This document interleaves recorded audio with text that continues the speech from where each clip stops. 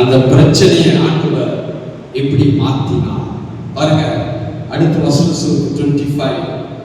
மோசே கர்த்தர் நோக்கி கூப்பிட்டான். அப்போது கர்த்தர் மோசேக்கு ஒரு மரத்தை காண்பித்தார்.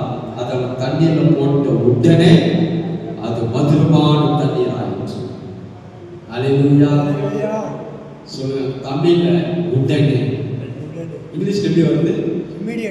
இம்மிடியட்லி. உடனே. இப்பதான் ஒரு பெரிய பிரச்சனை பார்த்திருந்த அந்த பிரச்சனை, அந்த மலை மாதிரி இருந்த பிரச்சனை கர்த்தர் ஒரே செகண்ட்ல மாத்திட்டார். ஆமென். ஒரே செகண்ட் கர்த்தர் ஒரு மரத்தை காண்பித்தார்.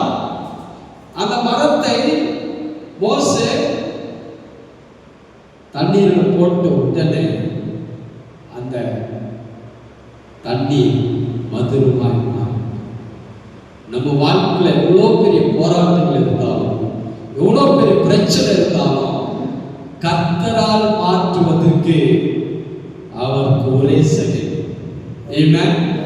ஒரே செகண்ட். உங்க பிரச்சனை, நம்ம பிரச்சனை எவ்வளவு பெருசா இருந்தாலும் கர்த்தர் மாற்றுவதற்கு ஒரே செகண்ட்.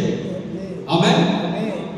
கர்த்தரை மாற்றுவது, கர்த்தரை மாற்றுவது, கர்த்தர் அற்புதம் செய்வதற்கு, கர்த்தர் அதை ஒன்றில்லாமல் பண்ணுவதற்கு அவருக்கு நிறைய டைம் எல்லாம் தேவையில்லை.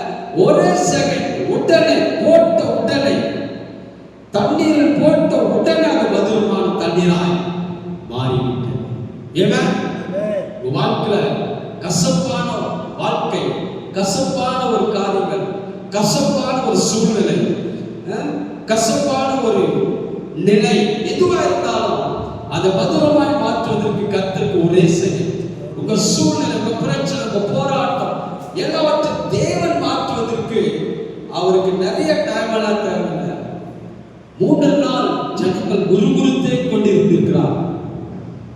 அற்புதம் கண்டார்கள், அற்புதத்தை பார்த்தார்கள். கடவுள் யார் என்பதை தேவன் அவர்களுக்கு காண்பித்தார். ஆனாலும் கடவுள் அவர்கள் விசுவாசிக்கிறார். பெரிய பிரச்சனை கர்த்தர் ஒரே செகண்ட்ல மாத்தினார். ஆமென்.